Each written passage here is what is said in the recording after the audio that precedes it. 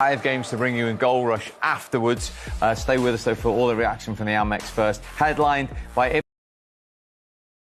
He's amongst the substitutes in Manchester today. And then later on, what a game to finish it. Arsenal's trip to Aston Villa. 3 on Sunday, including Arne Slot's first home game in charge of Liverpool against Brentford. Congratulations, Joe. What an end to this game. Is there any better feeling than scoring a stoppage time winner at home in front of these fans? First, I'm very happy for the win. I think this goal at the end shows how much you want to win the game. First game at home against a big team. So I cannot feel it better than today. I think the team did well. And now we need to rest because we have another big game next weekend. Listen to these fans at the Amex. You can see exactly what this means to them to beat Manchester United here again at the Amex. I think the fans, they know the power of the team. So they always expect a great game against big team. And today you win. So I think everyone is happy and I need to enjoy. How much character did you have to show as a team to keep fighting all the way to the end? Did you always know a goal could come if you kept playing the way you were? Like the gaffer said to us, we need to believe in yourself. We know they are United, a big club here in England, but I think everyone wants to show our power. So I think this will motivate us to fight against a big team, and we never know. Like today we win. Now we need to think about the next game, another big team, and I think maybe we're going to win or maybe we're going to lose, but for sure we're going to fight. Talk to us about the new manager. He's only 31, but what has he brought to this club? What can you see achieving under him this season? I think he's a very good person. He always tries to push us up, to believe in ourselves, to keep it going. And like today, I think another big game for us, another 3 points, and this is what he wants. Fight, push until the end. Well, congratulations. You're the man of the match. Well done. Thank you. Yeah, you hit the post last week, but João Pedro with the match winner this afternoon. Joe, just take us through how that winner came about. Rio's absolutely right. I think late on in the game like that, when there's been 5 substitutions, man, you've got to deal with it. You need to be leaders talking. First of all, they don't deal with the first bit here. Comes out Anthony, he has to be better. He has to deal with that. And in the secondary situations, a lovely ball in, floating in, but there's no one there with their body shape in the right position, and it's the 3 of them queuing up at the far post. From Manchester United's perspective, you'd be furious here, wouldn't you? He has to smash him there. He has to go through that and take everything, Anthony, there. It's a powder-puff tackle which allowed to get this moment. But this is the second phase Joe's talking about. You work on this a lot. You work on the first phase, the first corner. It goes out, recycles, then it's about let's reposition and get ourselves in order. Man United do not do that. Do you know what we saw at half-time when they was bringing on substitution, going through on the iPad? Yeah, you need to be the better. But sometimes at a football game, especially nowadays when there's 5 subs been made, you have to deal with it yourself as players on the pitch, because you know your job at the start of the game might have been on the post, then it might have been in the space, then you might have to mark, but then at that it's all hands to the pump and you have to deal with it. And you have 8 Man United players looking at Belgrade as he's about to whip the ball in, and there's 3 Brighton players, João Pedro being one behind. That is criminal. That cannot happen, and now that's cost them today, ultimately. Fair to say that both the goals, very poor for Man United to concede today. Yeah, I think the second one obviously is much more glaring. I think the first one, you could do better. I think it's a very good ball first and foremost that puts you in a problem as a defender. I think Maguire could deal with the first ball in. But again, this game's been won. 3 crosses in the box, 3 goals. And I always think about this now. If I'm a manager, all I'm telling my players to do is get in those areas and cross that ball, because I don't think we're seeing defenders defend those positions as well as we would have maybe in the past. Same vulnerabilities still there from last season. I don't think the same vulnerabilities. I think Man United, today on the whole, I think that their performance was a lot more positive than I'd seen maybe at many times last season. I think there was a cohesiveness with and without the ball.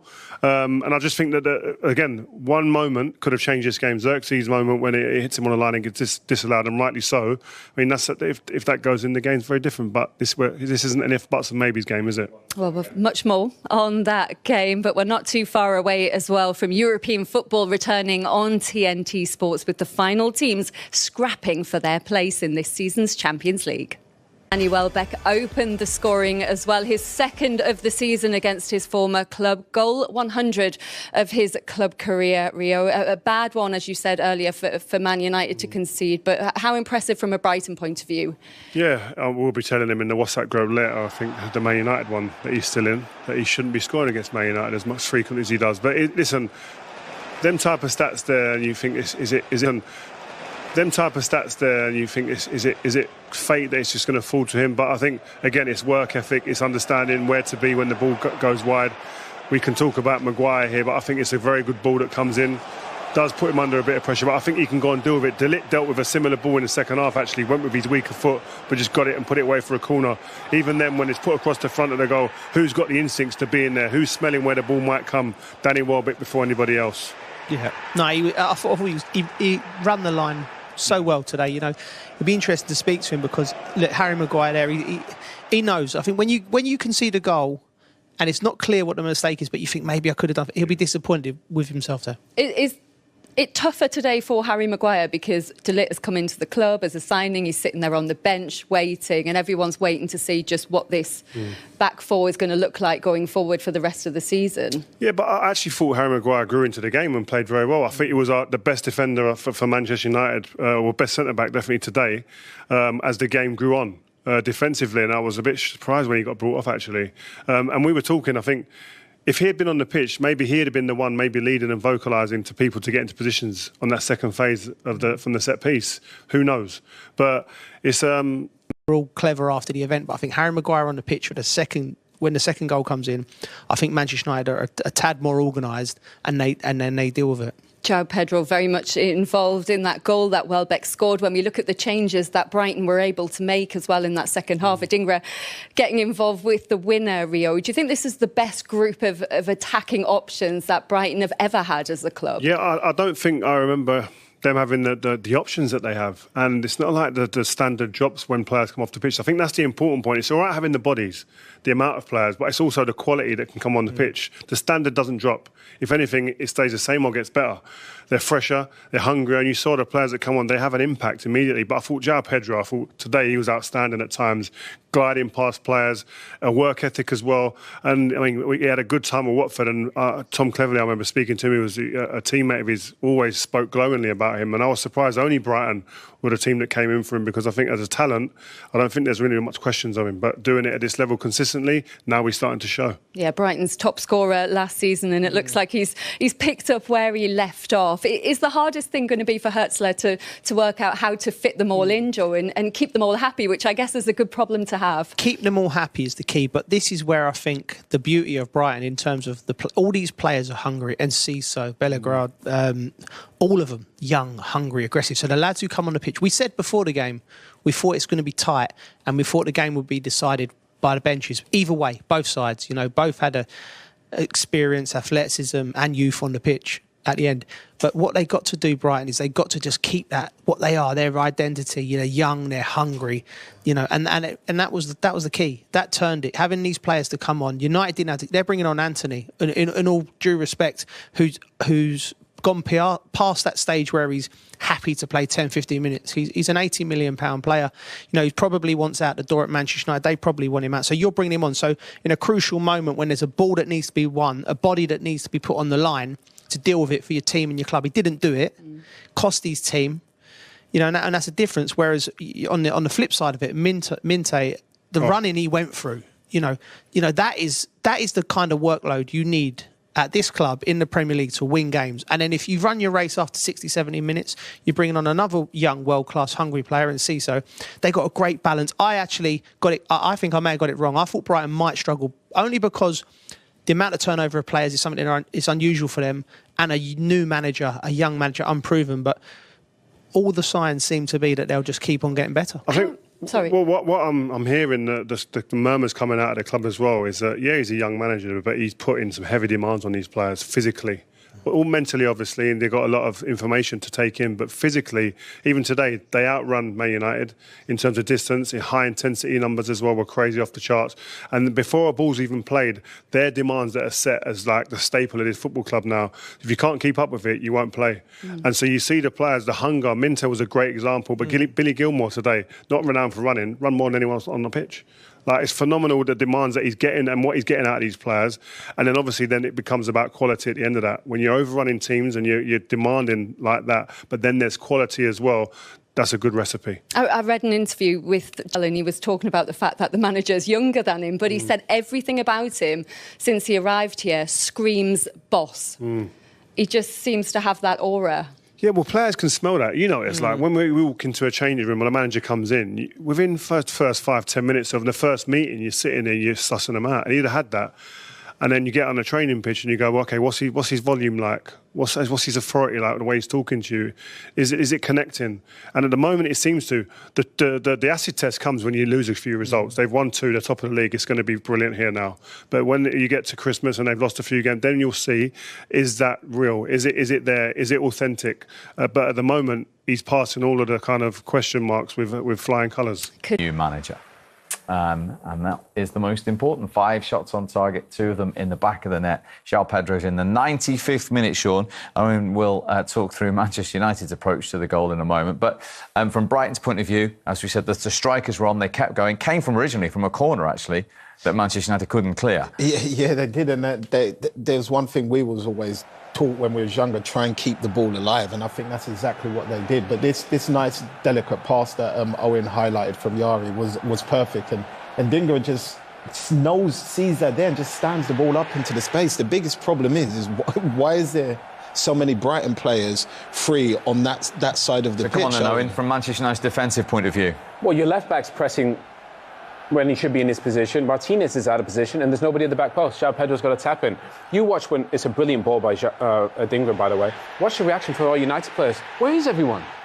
Look, it's the second phase of a corner. It happens, right? Everybody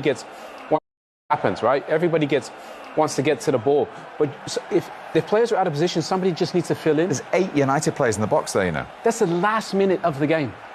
You can't lose a game like that. You just can't. Somebody just needs to fill in and see, Shawnee's out of position, I'm going to have to fill in. Not saying you are, but you got to fill in. And it's like, to leave that there, Erik ten Hag would be fuming. But that's where you go back to the conversation earlier about having more than one leader in the team, because if there's more than one leader in the team, they pull people into positions. Even if somebody's out of position, they'll say there's a man behind you, like, kind of back up. But everybody's just, in many ways, just caught ball watching. They don't know, nobody even knows they're there. That's why they're so surprised when the ball goes over there and Pedro headers it in the back of the net. It'd be good to actually see it again, because there's so much in it, you know, where you think, Martinez is not in natural position, he'd probably be there. Maguire's gone off by this stage. Does that affect anything here? Yeah, and watch Martinez, that's your left-sided centre-back. He goes out to the ball, so he's out of position. So he's out of position again. The left-back's out of position, Dallo, he's pressing Adingra there. So there's nobody in their natural position, left centre-back and left-back. Somebody fill in. Just somebody, just look. But also, why does it take 4 of them to try and stop that cross? And they still didn't stop it. Yeah, there's already 3 there. So effectively, Martinez, when he... I think he said it last season, if you can't win the game, don't lose it. That they just lost that and, they didn't need to. And that is the 6th time in the Premier League under Erik ten Hag they've lost a game after the 90th minute, after they got back on terms as well with the deflected effort from Ahmad. Yeah, and I thought at kind of this moment they were pushing. Zirkzee, come on. He tried to give him something different. Ahmad, he's just a brilliant player. Tried to give him something different.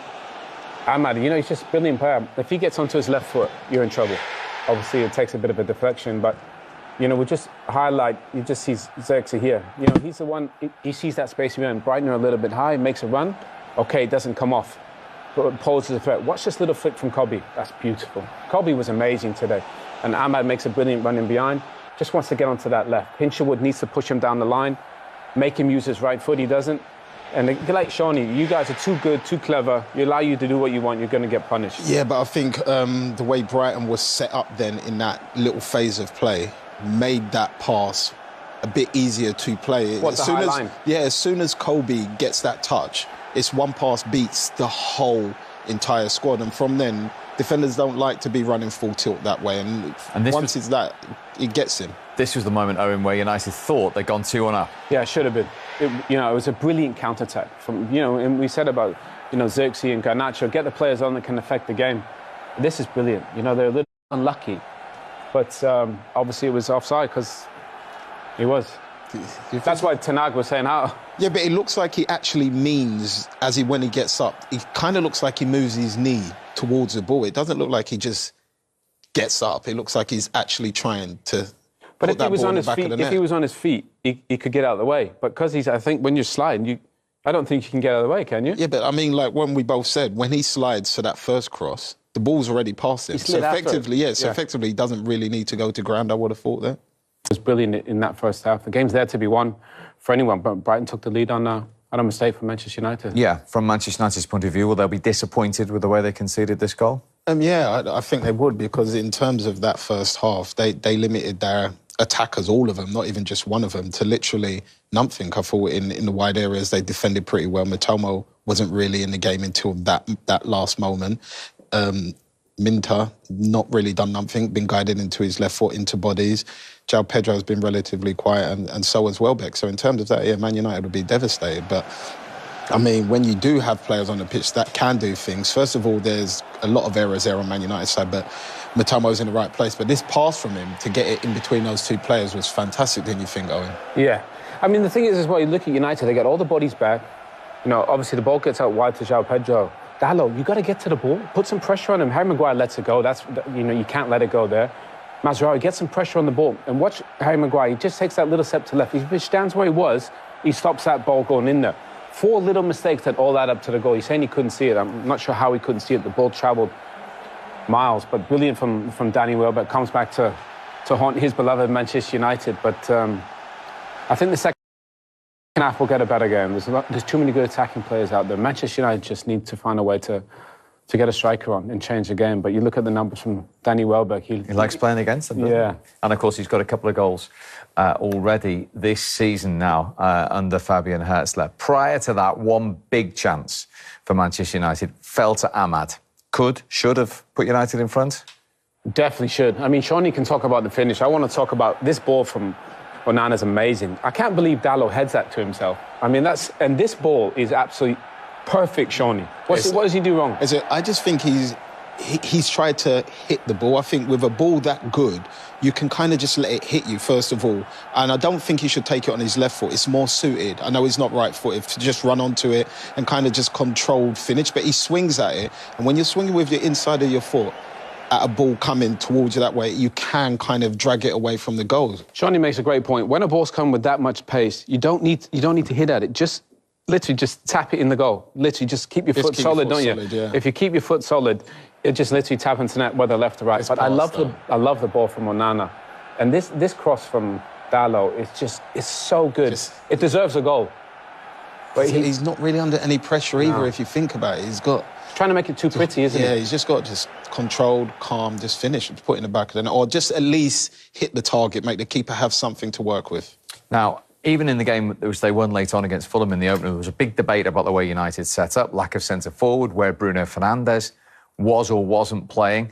To play, look at that touch map, Shawnee. I mean, he's literally played every position in that first half. That has to play, look at that touch map, Shawnee. I mean, he's literally played every position in that first half. That has to come from the manager. Yeah, it does. And not just the manager. You've got leaders on the pitch like Casemiro to tell him, we need you up there. Otherwise, when it's time for them to break, there is no one to break for. You've seen Rashford flick the ball on to nobody because nobody's there.